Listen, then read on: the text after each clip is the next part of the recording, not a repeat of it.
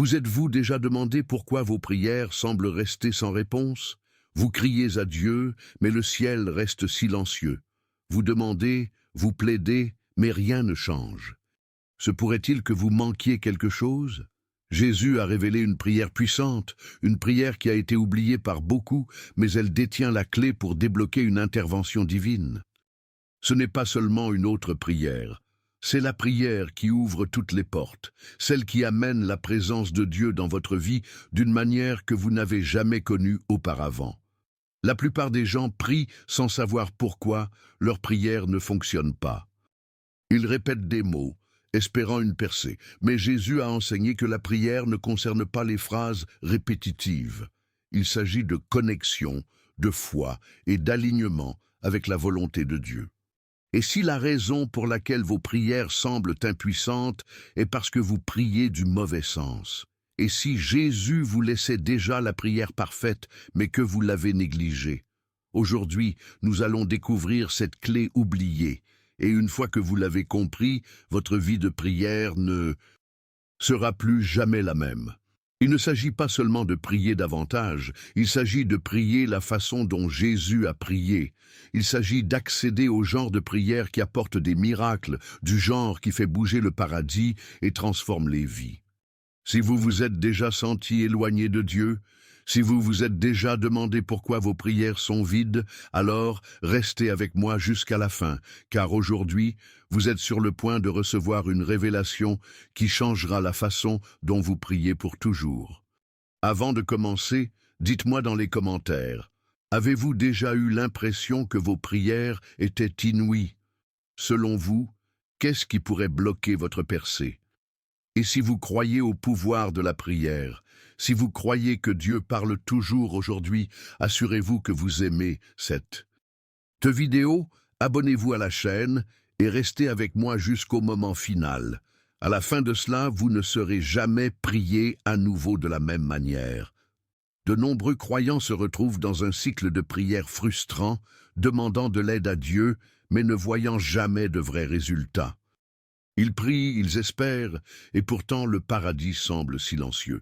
Pourquoi? Se pourrait-il que Dieu n'écoute pas, ou y a-t-il quelque chose de plus profond en jeu? La Bible est remplie de prières qui bougeaient les montagnes, guérissent les malades et ont même ressuscité les morts. Donc si la prière a ce genre de pouvoir, pourquoi semble-t-il inefficace pour tant de gens? La vérité est que Jésus a révélé un moyen de prier pour débloquer une intervention divine, mais la plupart des gens l'ont négligé. L'une des plus grandes erreurs que les gens commettent dans leur vie de prière consiste à le traiter comme une liste de souhaits plutôt qu'à une connexion spirituelle. Dieu n'est pas un distributeur automatique où nous insérons une demande et nous attendons à une gratification immédiate. La prière est une conversation sacrée, un pont qui relie les cœurs humains à la volonté divine de Dieu. Jésus l'a démontré encore et encore dans son ministère terrestre. Quand il a prié, les choses se sont produites, des miracles, des guérisons, des transformations. Ces prières n'étaient pas seulement des mots, c'étaient des déclarations de foi, parfaitement alignées sur la volonté du Père. Le problème est que beaucoup approchent la prière avec hésitation, doute ou même des motifs égoïstes.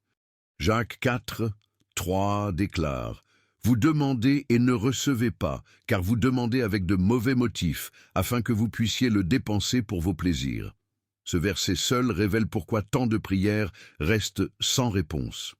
Ils ne sont pas enracinés dans la foi ou l'alignement avec le plan de Dieu, mais dans les désirs personnels. Jésus n'a jamais prié en dehors de la volonté de Dieu, et c'est pourquoi chacune de ses prières portait des fruits. Si nous voulons voir un véritable changement dans notre vie spirituelle, nous devons apprendre à prier comme il l'a fait. Une autre raison clé pour laquelle les prières semblent inconnues est un manque de persévérance. Beaucoup abandonnent trop tôt, en supposant que le silence de Dieu signifie non. Mais dans Luc 18, Jésus raconte la parabole de la veuve persistante, une femme qui a refusé d'arrêter de frapper jusqu'à ce que la justice soit accordée. Il a utilisé cette histoire pour enseigner que la prière nécessite une persévérance. Il ne s'agit pas de dire quelques mots et d'espérer le meilleur. Il s'agit de rester ferme, confiant que Dieu répondra dans son temps parfait. La vraie prière n'est pas passive. C'est une poursuite implacable de la présence et des conseils divines. Donc, si vous vous êtes déjà demandé pourquoi vos prières semblent inefficaces, considérez ceci. Priez-vous comme Jésus a enseigné. Vos prières sont-elles ancrées dans la foi, la persistance et l'alignement avec la volonté de Dieu? Parce que voici la vérité. Jésus nous a laissé une prière puissante, celle que la plupart des gens négligent. Une prière qui ne se contente pas de demander, mais qui se transforme, alignant nos cœurs avec le ciel. Et dans la partie suivante, nous découvrirons cette clé cachée, la prière qui déplace les cieux et libère la puissance de Dieu comme jamais auparavant. Jésus n'a jamais prié sans but. Chaque fois qu'il soulevait sa voix au paradis, quelque chose s'est produit. Les démons s'enfuient, les malades ont été guéris, les morts ont été ressuscités. Ces prières n'étaient pas des mots vides, mais des canaux directs de puissance divine. Alors, qu'est-ce qui a rendu les prières de Jésus si différentes? La réponse réside dans son alignement complet avec Dieu. Contrairement à beaucoup de ceux qui prient sans conviction, Jésus a prié avec certitude absolue, sachant que le Père écoutait toujours. Il n'a pas utilisé la prière en dernier recours, mais comme une bouée de sauvetage constante, une reddition quotidienne à la volonté de Dieu. La prière oubliée de Jésus n'est pas une incantation mystique ou une formule secrète. C'est l'essence même de la communion avec Dieu. Dans Jean 17, nous voyons l'une des prières les plus profondes que Jésus a jamais parlé. Ce n'est pas seulement une demande d'aide, mais une déclaration d'objectif divin. Père, je vous ai glorifié sur terre en accomplissant le travail que vous m'avez donné. Jean 17, 4. Jésus ne demandait pas seulement. Il affirmait, s'alignait et entrait dans sa vocation divine. Sa prière ne concernait jamais l'intérêt personnel, mais la volonté de Dieu, et c'est ce qui a débloqué le surnaturel. Beaucoup ont du mal à prier parce qu'ils se concentrent sur leurs propres besoins plutôt que sur le plan de Dieu. Mais Jésus a enseigné une approche différente. Une approche où la prière ne consiste pas à manipuler Dieu pour agir, mais à se rendre à son plus grand but. Dans Matthieu 6,10, il a prié « Votre royaume vient, votre volonté sera faite, sur terre comme dans le ciel ». C'est la prière qui change tout. Au lieu de plaider pour des solutions, il a appelé le ciel à envahir la terre, permettant au plan parfait de Dieu de se dérouler. C'est la prière qui ouvre les portes, la prière qui ne peut être ignorée. Mais il y a quelque chose encore plus puissant dans la façon de prier de Jésus. Il n'a pas simplement prié, il a vécu ses prières. Sa vie était une démonstration de sa communion avec le Père. Il a prié avec une telle autorité parce qu'il a fait l'obéissance. Beaucoup demandent à Dieu des miracles, mais refusent de vivre dans l'alignement avec sa volonté. Mais Jésus a montré que la vraie prière n'est pas seulement parler, elle est mise en œuvre. Ces prières n'étaient pas passives. Ce sont des déclarations de foi qui ont façonné la réalité. Quand il a dit « Lazare, sors » Jean 11, 43, ce n'était pas un vœu espérance. C'était un commandement enraciné dans la certitude divine. C'est la puissance de la prière que Jésus nous a quittés. Il ne s'agit pas de réciter des mots, mais de passer à l'alignement divin. Il s'agit de passer d'un lieu de limitation humaine à un endroit où Dieu régnera en maître. Et c'est pourquoi de nombreuses prières d'aujourd'hui échouent, car elles manquent de cette profondeur de connexion. Mais une fois que nous avons compris cette vérité, tout change. Et dans la section suivante, nous découvrirons les barrières qui bloquent la prière efficace et comment les briser. De nombreux croyants prient quotidiennement, mais ils ont l'impression que leurs prières n'atteignent jamais le paradis. Ils crient à Dieu, s'attendant à une réponse, mais tout ce qu'ils entendent, c'est le silence. Dieu les ignore-t-il? Non. Le vrai problème est que certaines barrières spirituelles empêchent leurs prières d'être efficaces. La Bible révèle que la foi est le fondement de la prière. Jacques 1, 6 déclare « Mais laissez-le demander dans la foi sans douter, car celui qui doute est comme une vague de mer, conduit et jeté par le vent. » Le doute est un tueur silencieux de prière. Lorsque quelqu'un prie mais se demande secrètement si Dieu répondra, cette incertitude affaiblit son autorité spirituelle. Jésus n'a jamais douté. Quand il a prié, il s'attendait à des résultats. C'est le genre de foi qui déplace les montagnes. Une autre raison majeure pour laquelle les prières restent sans réponse est le pardon. Beaucoup s'approchent de Dieu avec les demandes, mais leur cœur est rempli de ressentiment. Jésus était clair à ce sujet dans Marc 11, 25. « Et chaque fois que vous priez, si vous avez quelque chose contre quelqu'un, pardonnez-le, afin que votre Père céleste pardonne vos péchés. » Un cœur chargé d'amertume est un cœur fermé aux bénédictions de Dieu. L'ennemi le sait, c'est pourquoi il essaie de garder les croyants piégés dans les blessures passées. Mais Jésus a enseigné que la vraie prière coule d'un cœur d'amour et de miséricorde. Si quelqu'un veut que leur prière soit entendue, ils doivent d'abord abandonner les rancunes et permettre à la grâce de Dieu de travailler à travers eux. L'égoïsme est une autre raison pour laquelle de nombreuses prières restent inefficaces. Jacques 4, 3 prévient « Vous demandez et ne recevez pas parce que vous demandez à tort de le dépenser sur vos propres passions. » Dieu n'est pas obligé d'accorder chaque désir humain. Beaucoup de gens traitent la prière comme une liste de demandes, demandant la richesse, le succès ou le statut, sans considérer le but de Dieu pour leur vie. Mais Jésus a prié différemment. Chaque demande qu'il a faite était centrée sur la volonté de Dieu, pas un gain personnel. La clé de la prière puissante est de passer de Dieu « Donne-moi ce que je veux » pour Dieu « Utilise-moi pour ton but ». C'est là que le ciel répond. L'un des obstacles les plus négligés à la prière répondue est l'inaction. Beaucoup prient et attendent, s'attendant à ce que Dieu fasse tout pour eux. Mais la foi sans œuvre est morte. Jacques 2, 26. Jésus a prié, mais il a également agi. Quand il a guéri les malades, il n'a pas simplement demandé au Père, il les a mis la main. Quand il a nourri les multitudes, il n'a pas simplement prié pour la nourriture, il a multiplié ce qui était disponible. La prière ne consiste pas à attendre passivement. Il s'agit d'entrer dans la foi et de se déplacer dans l'obéissance. Dieu honore ceux qui combinent la prière avec l'action. Comprendre pourquoi les prières restent sans réponse est la première étape pour débloquer des résultats surnaturels. Mais savoir ce qui bloque la prière ne suffit pas. Les croyants doivent également apprendre à prier efficacement. Dans la section suivante, nous découvrirons la clé que Jésus a donnée pour aligner nos prières sur la volonté de Dieu et vivre de vraies percées. Jésus n'a pas simplement prié, il a prié en parfait alignement sur la volonté de Dieu. C'est ce qui a rendu ses prières si puissantes.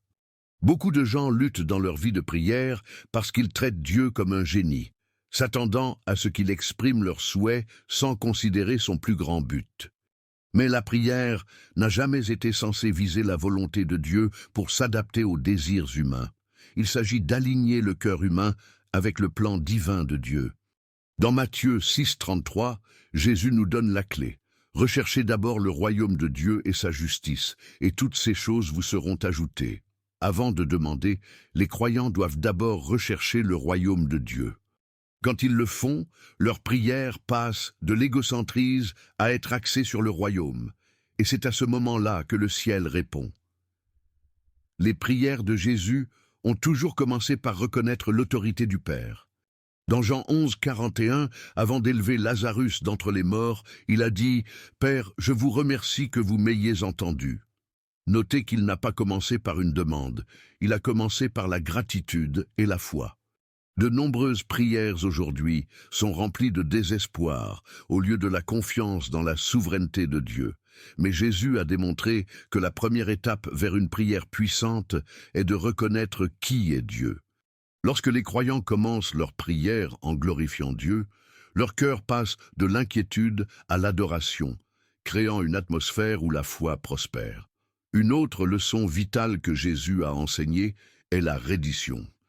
Dans le jardin de Gethsémané face à la croix, il a prié « Pas ma volonté, mais la vôtre est terminée ». Luc 22, 42. Ce n'était pas une prière de faiblesse, mais de confiance ultime. Beaucoup de gens prient en espérant que Dieu changera leur situation, mais la vraie prière consiste à permettre à Dieu de les changer en premier. Jésus a montré que les prières les plus puissantes ne sont pas des demandes mais des déclarations de confiance dans le plan de Dieu. Lorsque les croyants atteignent un endroit où ils peuvent vraiment dire « Seigneur, quoi que vous voudrez, j'accepte », ils entrent dans une dimension de la foi où des miracles se produisent. La foi et l'obéissance vont de pair en ce qui concerne une prière efficace. Jésus n'a pas simplement prié, il a vécu ce qu'il a prié. Lorsqu'il a enseigné à ses disciples à prier dans Matthieu 6,10, il a dit « Votre volonté sera faite sur terre telle qu'elle est au paradis ». Ce n'était pas seulement une phrase, c'était un style de vie. Beaucoup prient pour la volonté de Dieu, mais continuent de vivre en opposition à ses ordres. Mais l'alignement avec Dieu nécessite une action. Au moment où les croyants cessent de traiter la prière comme une routine et commencent à vivre dans l'obéissance à sa parole, ils verront des percées surnaturelles. Lorsque la prière est alignée avec Dieu, elle devient imparable. Ils passent d'une liste de demandes personnelles à une conversation divine qui change des vies. Et c'est exactement ce que Jésus a enseigné.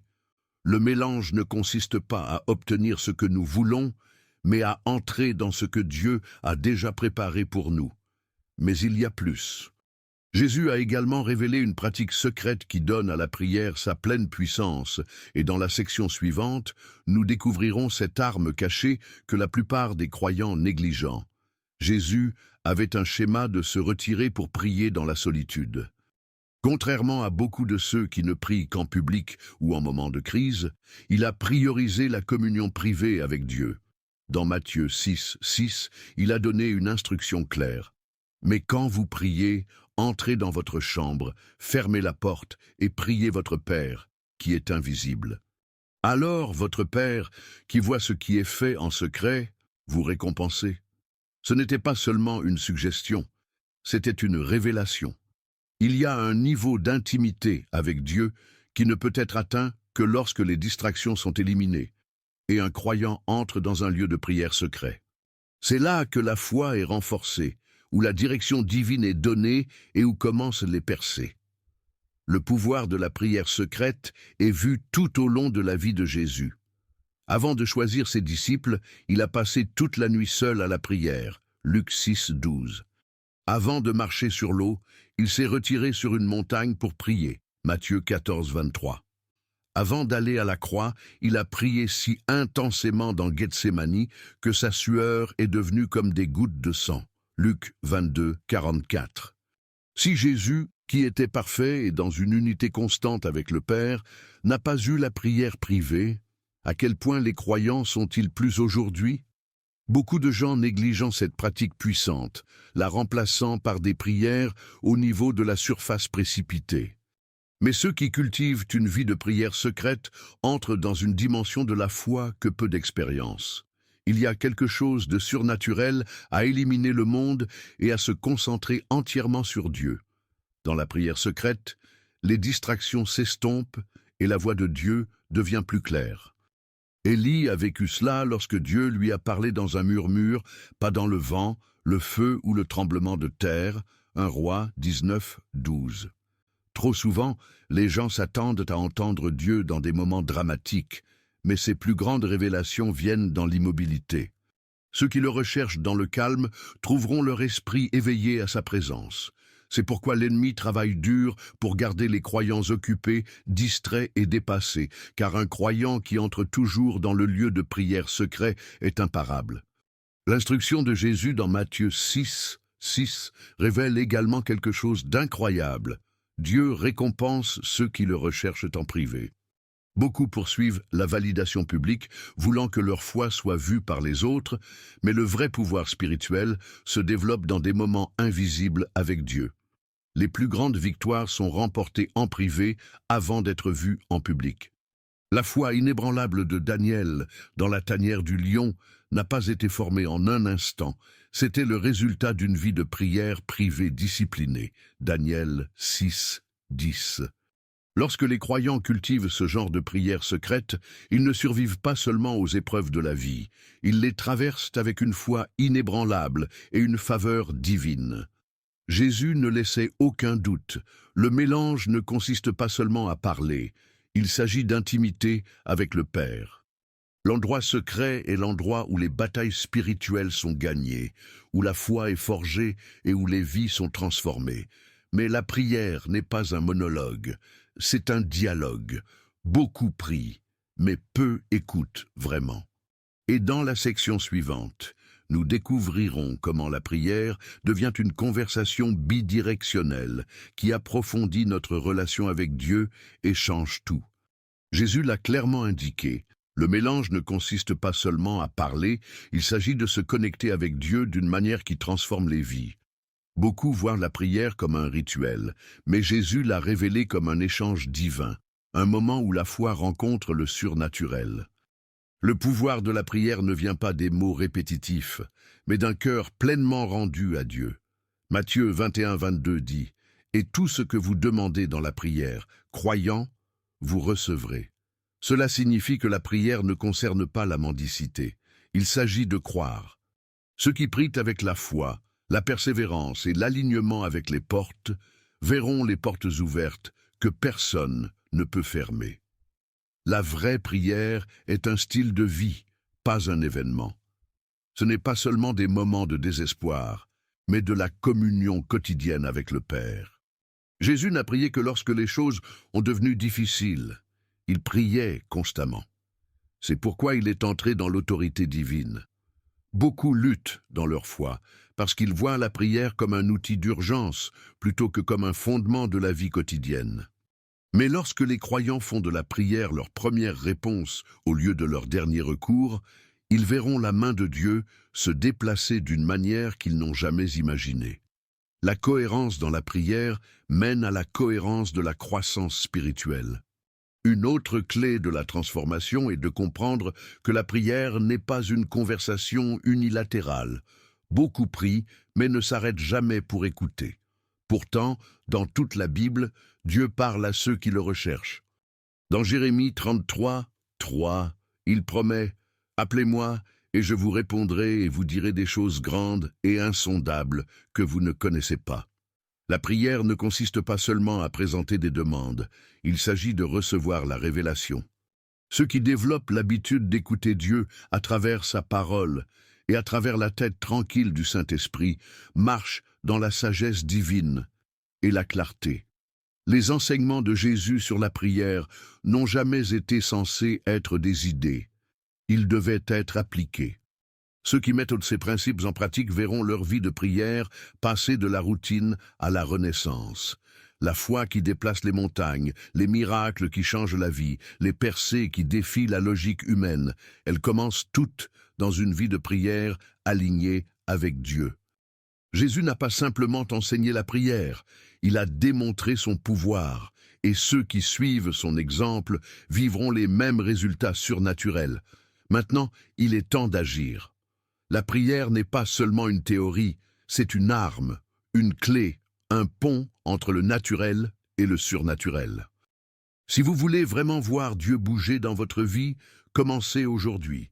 Engagez-vous à prier avec la foi, à le chercher en secret, à aligner votre cœur avec sa volonté et à regarder l'ouvrir des portes que personne d'autre ne peut. Parce que lorsque la prière est faite de Dieu, rien ne reste le même. Maintenant que vous avez découvert la prière oubliée que Jésus a révélée, la question est, allez-vous l'appliquer? La prière n'est pas seulement des mots, c'est une clé qui déverrouille le surnaturel. Si vous avez des difficultés avec des prières sans réponse, il est maintenant temps d'aligner votre cœur avec Dieu et de vous lancer dans le genre de foi qui déplace les montagnes. Mais dites-moi, quelle partie de cet enseignement vous a le plus parlé? Avez-vous déjà connu une percée par la prière? Partagez votre expérience dans les commentaires, car votre témoignage peut inspirer les autres. Si ce message vous bénissait, ne partez pas sans vous abonner à la chaîne et activer les notifications. De cette façon, vous ne manquerez pas la prochaine révélation puissante qui fera passer votre foi au niveau supérieur. Et avant de partir, consultez la prochaine vidéo à l'écran, car ce que vous apprendrez, il y aura encore votre promenade avec Dieu. Restez fort dans la foi et je vous verrai dans le prochain enseignement. Que Dieu te bénisse. C'est Marco, signé.